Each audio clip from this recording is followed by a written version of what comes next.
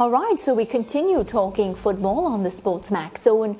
World Cup winner and Paris Saint-Germain superstar Lionel Messi has been making headlines in the last few days as it was reported that the Argentinian ace took a trip to Saudi Arabia, which was not authorized by the Parisian club.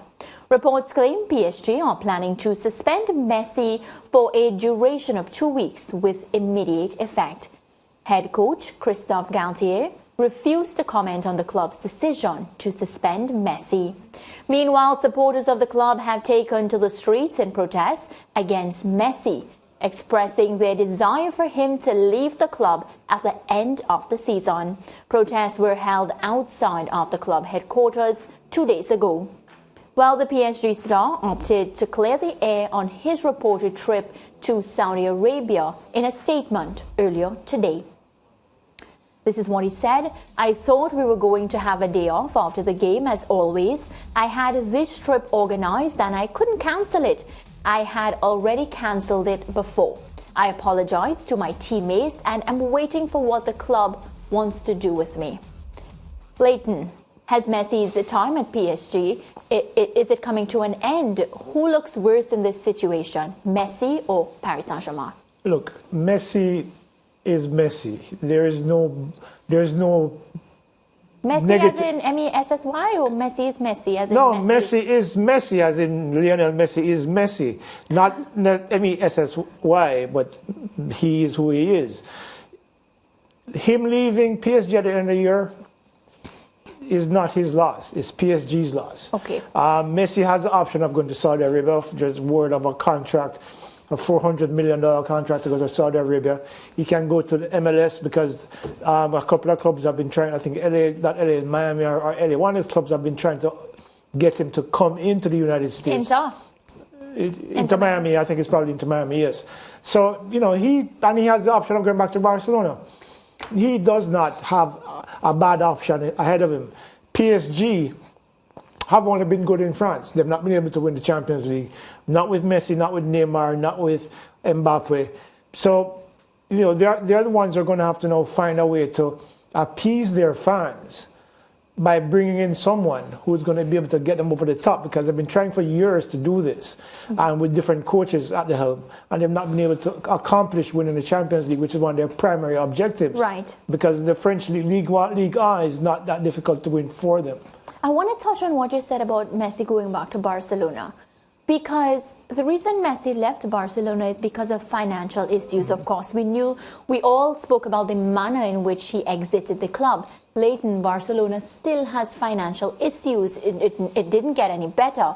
So I don't understand, I don't get it, how everybody is saying that he can go back, because the same problem exists, the same problem that caused him to leave. And with regards to the other club, you said it, Messi is Messi. So Messi will want to continue playing at the highest level. Nobody really wants to exit in the manner, playing for like a small club and whatnot. So I want to hear comments on those too. Barca still has financial issues and ending your career on a low. The Barca move is going to be a challenge, because I think Barca has triggered most of their levers. They've sold off a lot of their assets to bring that revenue in, to balance their balance sheets and everything.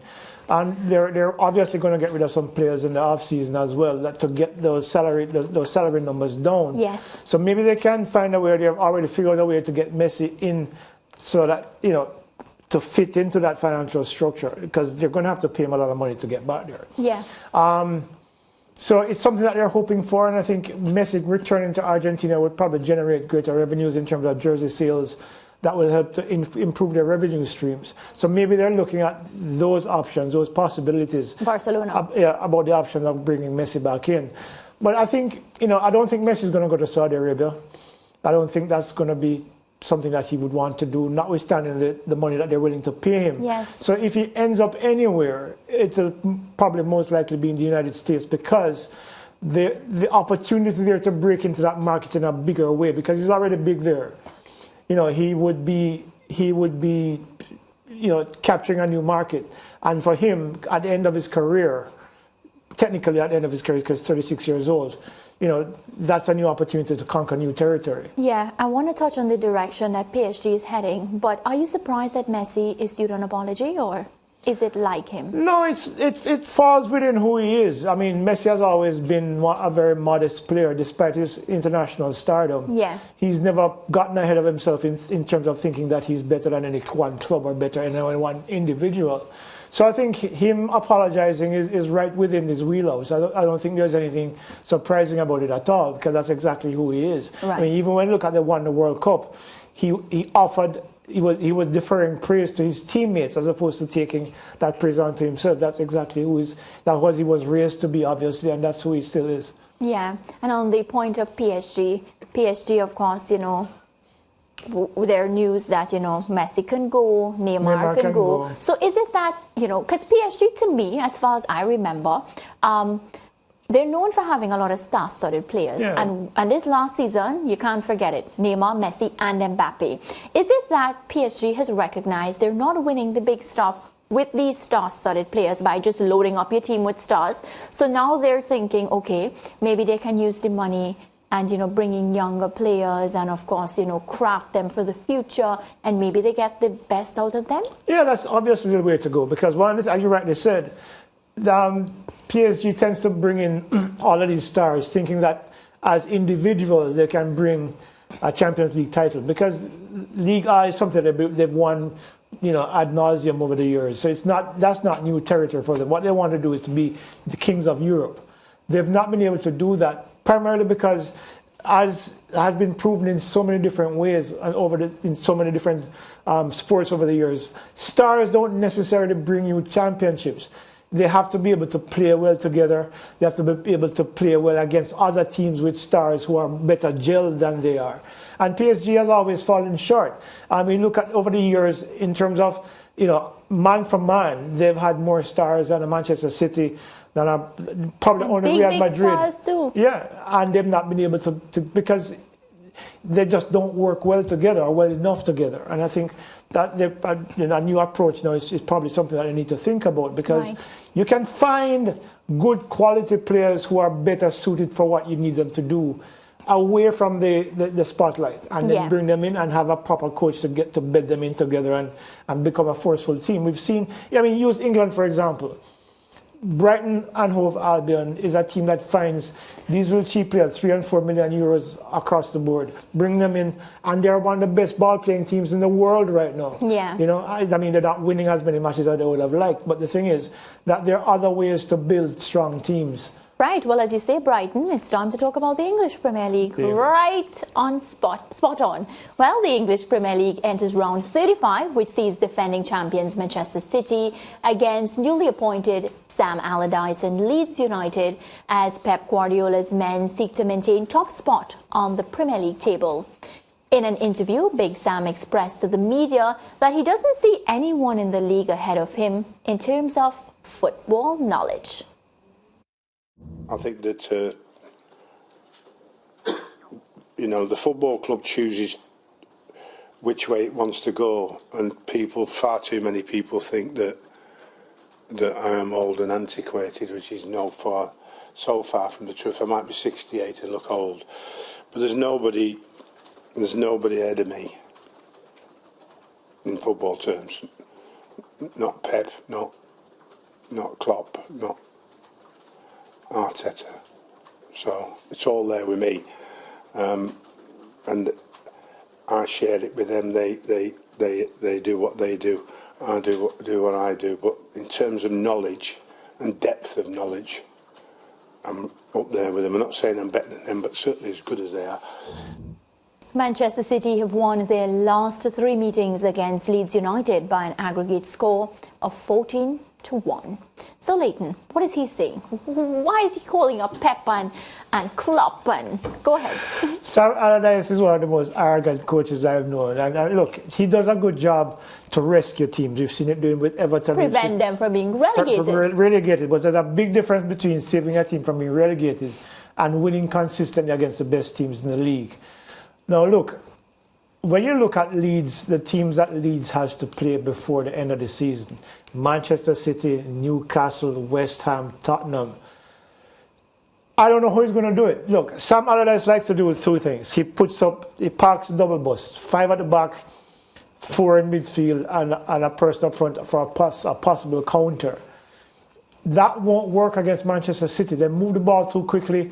They have Haaland now who can break lines easily because he's big and powerful, and he has the people who can get in the ball. Now, the best way he's going to be able to try to stop City from scoring on the weekend is to cut off supply. Right. But Haaland is not the only person from Manchester City who scores goals. And they move the ball so intricately and so quickly. I don't see how Leeds are going to stop them. I think it's going to be another disaster for Leeds. And I think Sam Allardyce is going to understand that Pep Guardiola, there's a reason why Pep Guardiola is the best coach in the world. He can break down that defense without much effort, given the talent that he has on his team. Yeah. And then, of course, he comes up against Newcastle, who Eddie Howe has been playing their best football in years. So for him to say that Pep and Arteta and Klopp are not better, I think he's probably as good a rethink on that one. Yeah, for sure. And you mentioned Erling Haaland, of course, top scorer in the EPL. He has 35 goals already. It's 5 games left for the rest of the season. You see him getting to 40? I was thinking about that today. He'll probably he's at what, 35 now? Yeah. He'll probably end at 38 against Leeds on Saturday. But 40 sounds nicer. No, but I mean, for the rest of the season, I think it's very, very possible that he gets 40, 45 goals. Yeah. He has that. Look, Haaland, wherever he has played, he has been. I mean, look at what he did in Germany. I think he's something like 83 goals in 82 matches for Borussia Dortmund. He's a goal machine. Yes. He's big, he's fast, and he scores unconventional goals a lot. And once he gets supply, he'll finish. Yeah. So, I'm not surprised if he gets 45 goals for the season. All right, well, title challengers, Arsenal, they make a trip to St. James' Park to meet third-placed Newcastle United on Sunday. Newcastle are one of the only 2 teams to have prevented the Gunners from scoring this campaign, with Eddie Howe's men seeking to further dampen Mikel Arteta's title charge. The Gunners coach has stressed the importance of staying ready to capitalise if City were to stumble. I don't know what's going to happen. They have won a lot of games in the last few months, that's for sure. And if they do so, they will deserve to win the league. And if they don't, then we have to be ready, winning our games to be there. All right, so Arsenal will be looking to right the wrongs of their last trip to Newcastle, in which they were defeated 2-0 in May of last year. So, Leighton, we're going to talk about who's under more pressure this weekend. Is it Arsenal?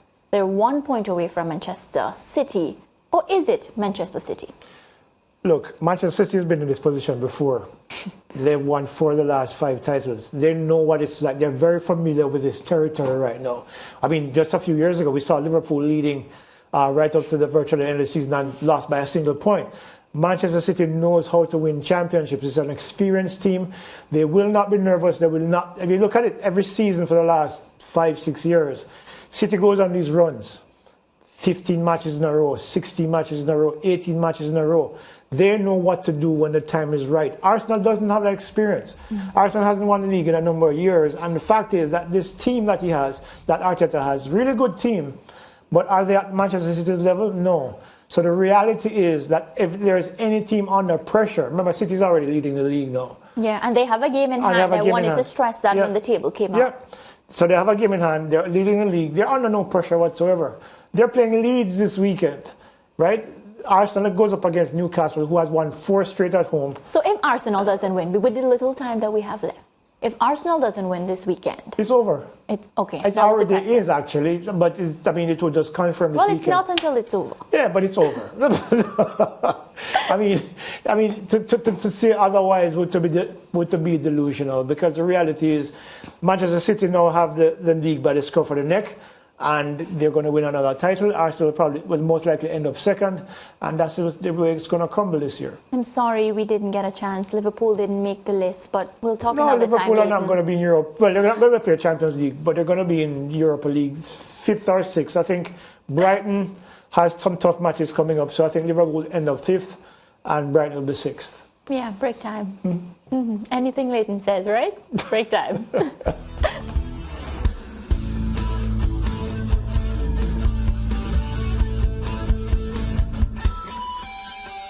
Stay with SportsMax on YouTube and follow us on all social pages for updates, news and entertainment.